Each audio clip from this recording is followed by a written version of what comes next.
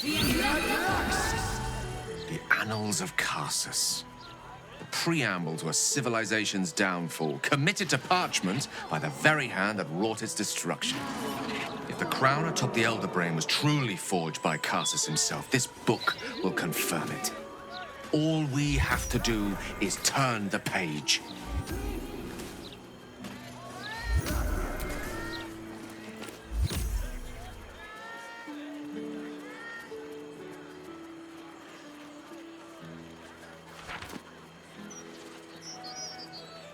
That devil Raphael was telling the truth. There's no doubt. The crown of Karsus is what's controlling the Elder Brain. And this is no mere journal. It contains Karsus's original plans for the crown's construction. His designs for godhood.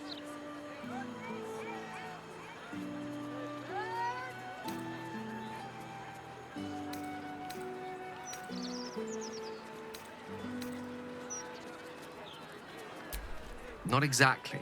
It was what he did with it that sealed his fate, and, for a time, that of magic itself.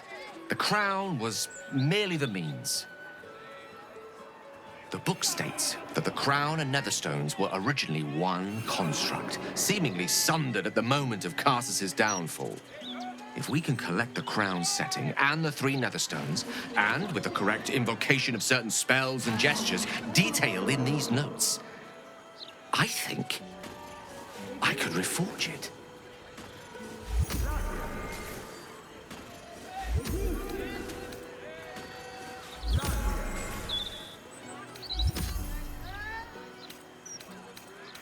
To every end you can imagine, and 1,000 more beyond.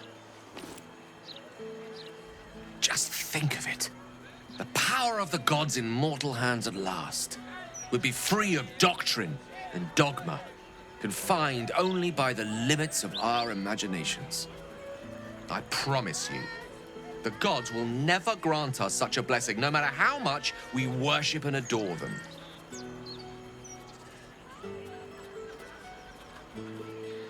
Some gods may delude themselves into believing they care about their worshippers, but when it comes down to it, we're all expendable.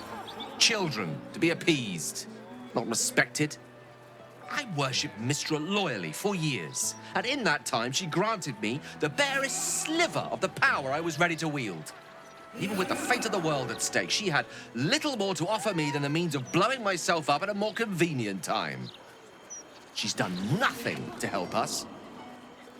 Mystra wanted the brain obliterated because of this crown. She fears a world in which such power is beyond her control, ready to be claimed by Karsus's successor.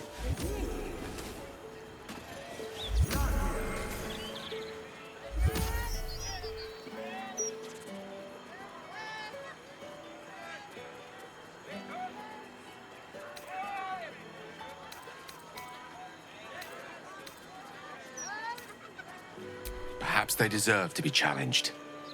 Perhaps you and I deserve better than to live and die as their pawns. Ambition is not a sin.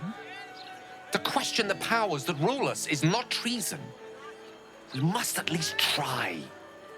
Why wallow in the dirt where we can reach for the stars?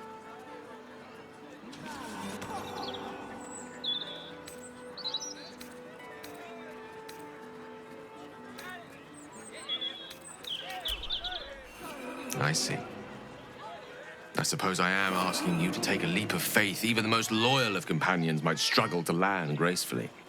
Spent so long feeling inferior, shut out from my destiny over such a simple act of youthful enthusiasm.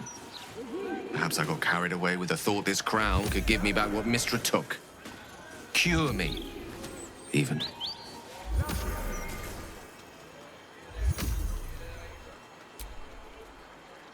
You're right. There aren't many wizards who'd care to be mentioned in the same breath as him, or his folly. Whatever comes of this, we cannot allow the crown to be reforged in Raphael's image. A devil wielding the might of Karsus. It would be the end of everything. Elminster? Oh, hello, my boy. don't mind me. I'm just enjoying a lungful of Baldurian air. Yes, a distinctive aroma, though perhaps not one worthy of bottling. Tell me, what curiosities have you and your companions discovered within the walls of this esteemed emporium? So, you have learned the truth of the enemy we face. The very tool with which its eponymous creator unmade magic itself. Perhaps now you understand what is at stake here, my boy. Though what Mystra asked of you was extreme, it was not without merit, nor demanded lightly. What are you saying? Or rather, what are you not saying? Mystra knows you defied her, Gale. Well, of course she knows. She's Mystra. She bids you come to her holy shrine in the Stormshore Tabernacle. There, she will grant you an audience at last. I'm curious enough to make the attempt. All right. An audience with the mother of magic, it is. Perhaps that should have been your mission right from the start. Trust in yourself. Trust in the weave. If you are willing, trust in Mystra. There is a conclusion yet to be written in this sorry tale, Gale of Waterdeep. And yours is the quill that will write it.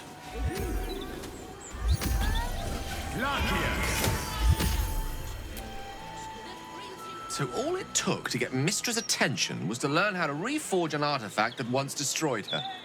It's obvious when you stop to think about it. Well, I doubt it's an apology for asking me to die on her behalf. Whatever it is. If it's important enough to send Elminster, you can be damn sure she's serious. This is a conversation that's long overdue on both sides. I owe it to her to hear her out. Come what may afterwards. After you. You're gonna face me like a man, or hide away like a child?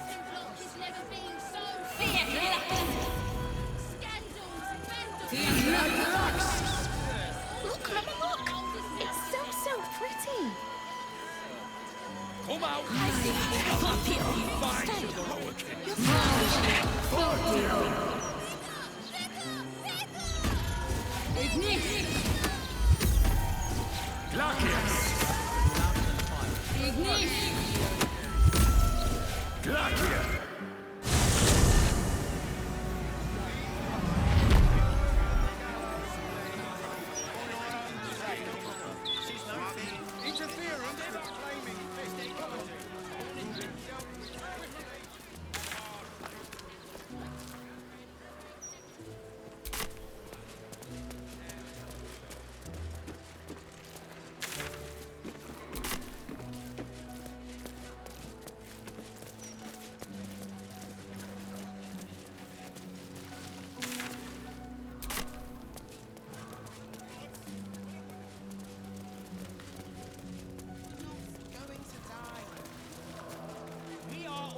Going to die. Some of us merely intend to do so in the service of something greater.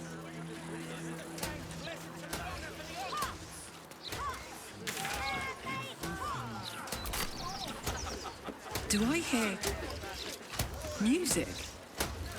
I reckon there wasn't much merrymaking in the hells. You reckon right. Maybe for the best, though. My singing is worse than demonic screeching. Perhaps your talent lies in dancing instead.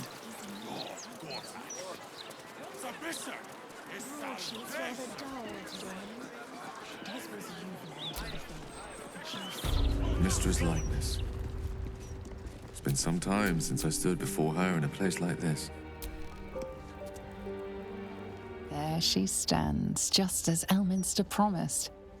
Mystra, goddess of the weave, mother of all magic.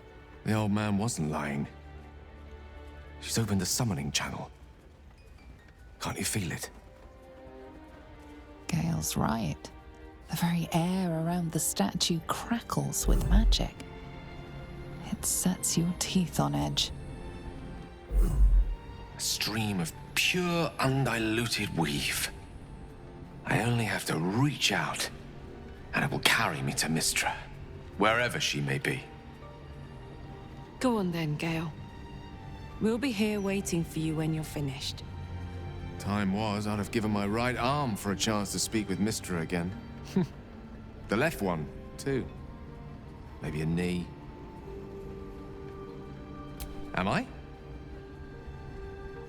You're right. I am a strong, capable wizard. And this is no more than a casual reunion with an ex-lover. My omnipotent, omniscient ex-lover. I always wonder what being nervous would feel like. I hate it.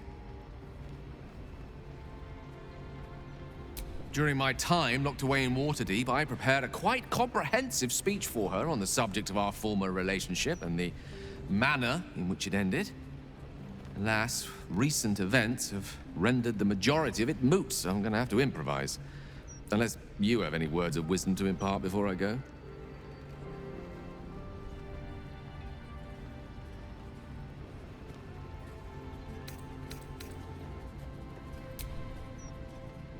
You'd make a fine three-dragon anti-player, you know?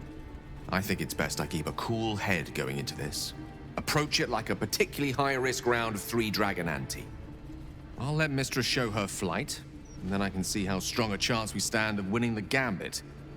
I'll only be gone for a matter of moments. The Outer Planes experience time quite differently to our own. Wait for me. Please.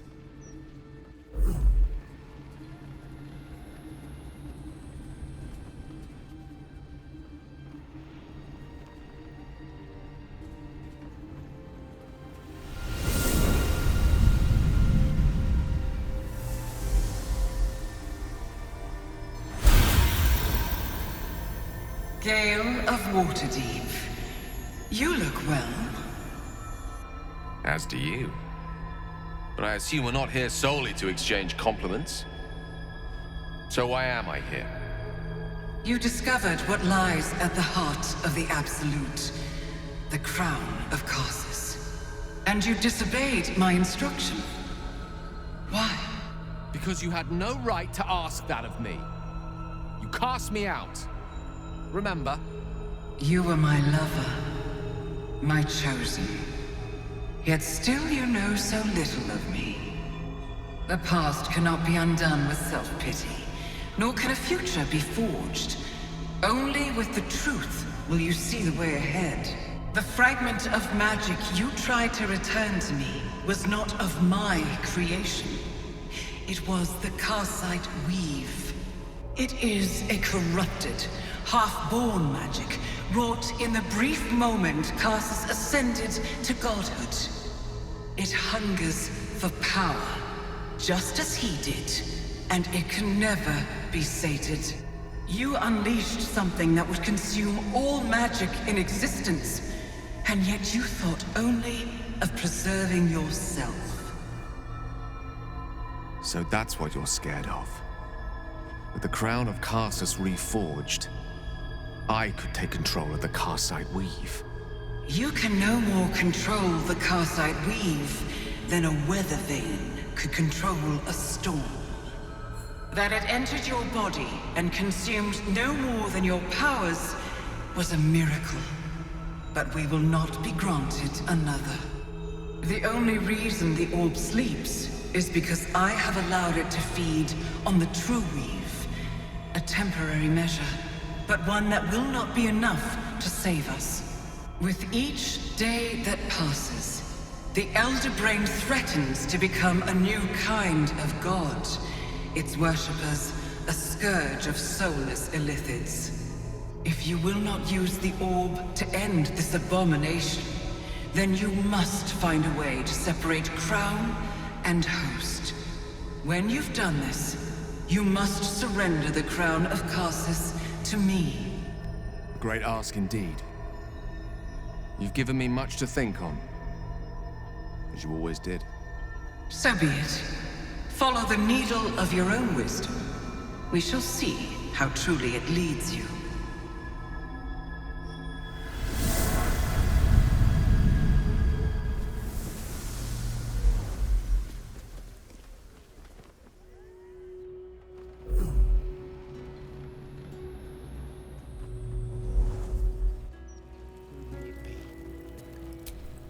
I've got a long road ahead. Back on mortal soil once more. I can't believe I saw her. After all this time.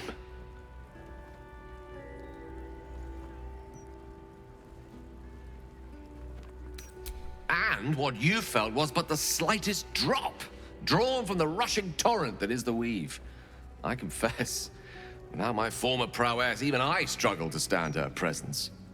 The effects on the mortal body of such unfettered magical exposure cannot be overestimated.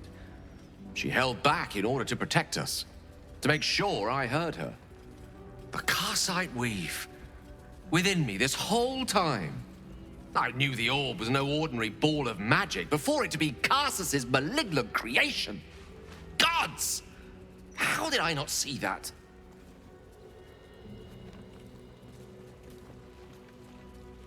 But I should have known.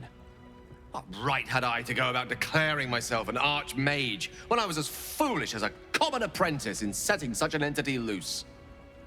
At least now I'm armed with the truth, and Mystra's expectations. It sounds like the door to redemption is open at last.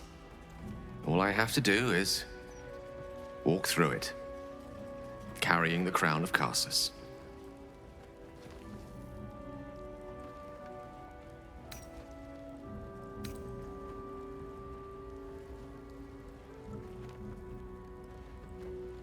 Perhaps.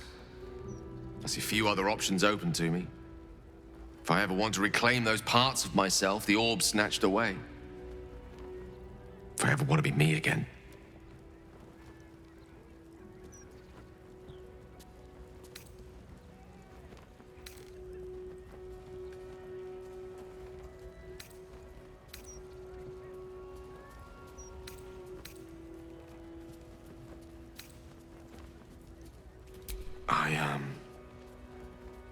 I don't know. It's been so long since I dared to imagine an end to the orb's hunger. But I start thinking about it, hadn't I? Imagine being able to picture one's life ending in something other than a cataclysmic explosion. What a treat. If I could promise you one thing in return for your faith in me, it's this. I will use everything in my power to ensure we defeat this evil. I will not let you down. Now, I believe we've a date with an elder brain to get to. Shall we?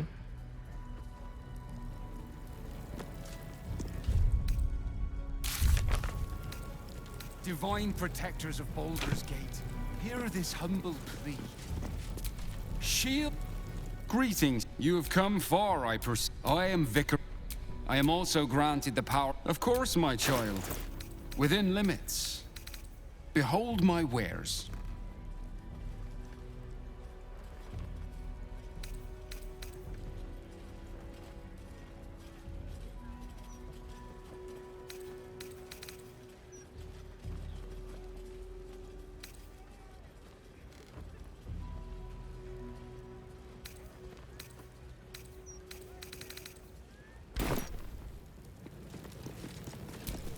Which way to the nearest